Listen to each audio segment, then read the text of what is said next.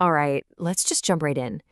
You ever have one of those days where your brain just feels completely scattered? Like you've got 100 tabs open in your mind at once and you're just flipping between them? Yeah, you're definitely not alone. It's this nagging feeling that something is just broken with our focus these days. And it leads to this one big question, right? Why can't I focus anymore? I mean, we've all been there. You try to read a book, your phone buzzes, you sit down to work, and bam, another notification. That deep, quiet concentration, it almost feels like a myth now. So what do we do? Well, like with everything else, we go online looking for an answer. But here's the crazy part. When you start searching, you don't just find a blog post or two. Oh no, you stumble into this massive, global conversation. Get this, over 60,000 videos on YouTube, and that's just YouTube. We're not talking about a small trend here. This is a full-blown phenomenon. And right at the center of this whole thing is one big idea, one proposed solution with this really catchy kind of scientific-sounding name, the hashtag Dopamine Detox. You've probably seen the hashtag. It's way more than just a buzzword. It spawned this entire online industry of advice, how-to guides, you name it. So what is a dopamine detox anyway? Well, that's where it gets messy. When you look it up, you don't find a simple definition. It's more like a war zone of different ideas. So that's what we're going to do here. We're going to wade through all that noise together, looking at the big promises, the different how-tos, and importantly, the big pushback. First up, let's talk about the appeal. Because let's be honest, it's super powerful. Why are so many of us hooked on this idea? Well, it's because it's not selling you a little life hack. It's selling the promise of a complete and total transformation. Just look at the language here. Reset. Think about that word. It's like your brain is just a glitchy computer that you can unplug and plug back in. The idea that you can just wipe the slate clean and start over, wow, that is so tempting. And then you see words like this one, hack. A hack is a shortcut, right? It's a clever way to skip all the hard work and jump straight to the good part. It's promising to bring back that spark, that excitement, to a life that feels, kind of gray and overstimulated.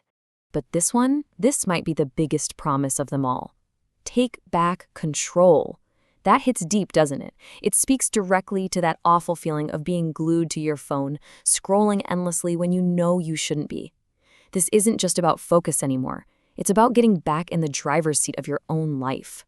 So when you pull back and look at all these titles together, you start to see a pattern. They're basically selling a magic bullet for everything wrong with modern life. Anxiety, bad focus, you name it. They use these really strong, active words like rewire, fix, restore. The takeaway here is that they're not promising a tiny tweak. They're promising a complete life overhaul. All right, so the promise is huge. It sounds amazing. But how do you actually do it? You'd think there would be a simple, clear instruction manual, right? Nope. What you actually find is, well, it's a total mess. And this is really where the whole concept starts to fall apart. I mean, just look at this. There is no one single dopamine detox. Is it for 24 hours, a whole month, a total lifestyle change? You've got people selling guided meditations, audiobooks, even special diets for it. The term has basically become a free-for-all. It means whatever the person talking about it wants it to mean. Now, you know how the internet works. As soon as something gets this popular, the backlash starts. And it did. For every video promising you can reset your brain, there's another one saying, hold on a second, this whole thing is a bad idea. And the criticism is, well, it's pretty brutal. This really boils the whole fight down to a few key words. The believers say reset. The critics say, no, you just need discipline. One side offers a hack, the other side calls it a myth. You see fix, they see hype. The whole idea of a detox itself, they say it's completely unhelpful. And this quote right here from a video title just nails the core of the counterargument. You don't need a dopamine detox, you need discipline. The critics are basically saying that chasing a quick fix, like a detox, is just a way to avoid doing the actual hard work. The boring stuff, like building good habits and self-control day after day. And the pushback doesn't stop there. It actually gets a lot more serious. Some people argue this whole thing isn't just useless, it's actually dangerous. Their point is that if you start thinking of normal, everyday pleasures as something toxic you have to detox from, you can get trapped in this awful cycle of guilt and feeling deprived, which could make things like depression even worse.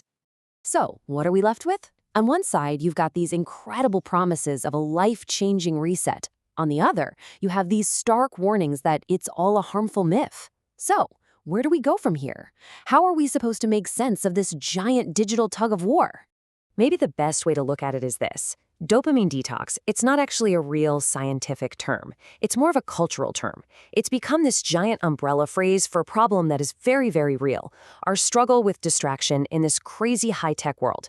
It's the label we've put on this huge conversation we're all having about technology and our own brains. So when you get right down to it, the popularity of this hashtag, it isn't really about dopamine, is it?